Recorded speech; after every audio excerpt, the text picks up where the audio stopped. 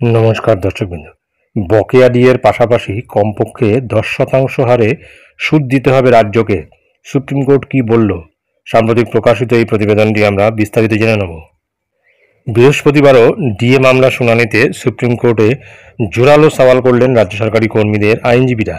এদিন বিচারপতি সঞ্জয় করল এবং বিচারপতি পি.কে. মিশ্রের বেঞ্চে শুনানিতে সরকারি কর্মীদের তরফের আইনজীবী করুণানন্দী সওয়াল করেছেন যে বকেয়া মহার্ঘ ভাতার উপর কমপক্ষে 10% সুদ দিতে হবে রাজ্য সরকারকে।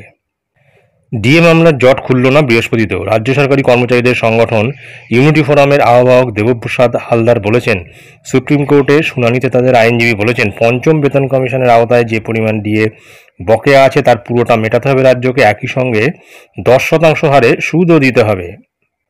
এদিন রাজ্য সরকারের আইনজীবীর সওয়াল, সরকারি কর্মচারীদের কখন এবং কতটা ডিএ দেওয়া হবে সেটা তাদের অনুগ্রহ। কখন এবং কতটা ডিএ দেওয়া হবে সে বিষয়ে আদালত কোনো নির্দেশ দিতে পারে না। ডিএ হলো রাজ্য সরকারের অনুগ্রহ, সেই বিষয়ে সিদ্ধান্ত নেবে রাজ্য সরকারই। এদিন পর্যবেক্ষণে বিচারপতি প্রশান্ত কুমার মিশ্র বলেন, রাজ্যকেই কর্মীদের আর্থিক অবস্থার কথা ভাবতে হবে। রাজ্য সরকার বিভ্রান্তি তৈরি করে তার সুযোগ নেওয়ার চেষ্টা করেছে। বিচারপতি বলেন, এরা নিজেরাই সমস্যা তৈরি করেছে, নিজেরাই সেই সমস্যার সুবিধা নেওয়ার চেষ্টা করেছে। সুপ্রিম কোর্ট স্পষ্ট জানালো, নিজেদের কর্মীদের মহার্ঘ ভাতা দেওয়ার ব্যাপারে রাজ্যকে তার নিজের তৈরি বিধি মানতে হবে।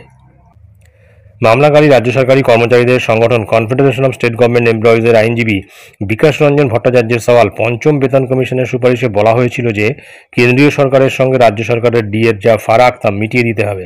কেন্দ্রীয় সরকারের হারেই ডিএ দেওয়ার যে সুপারিশ ছিল তাও গৃহীত হয়, কিন্তু সেই নিয়ম রাজ্য কার্যকর করেনি। সরকারি কর্মীদের তরফে আইনজীবী করুণানন্দী সওয়াল, কেরল সরকার এআইসিপিআই মানেনি, তা সত্ত্বেও তারা কর্মচারীদের নিয়মিত ডিএ দিয়েছে। কেন্দ্রীয় ইন্ডেক্স না মানলেও ডিএ প্রদান বাধ্যতামূলক বলে দাবি করেন আইনজীবী। সুতরাং বোঝা যাচ্ছে যে এই ডিএ নিয়ে কিন্তু পরপর 2-3 দিন শুনানি হলো। এখন শুনানি বর্তমানে পৌঁছে গেছে মঙ্গলবারের শুনানিতে কি উঠে আসে সেটা নিয়ে কিন্তু সরকারি কর্মচারী থেকে শুরু করে শিক্ষক শিক্ষিকা শিক্ষাকর্মীরা কিন্তু অনেকটাই আশাবাদী।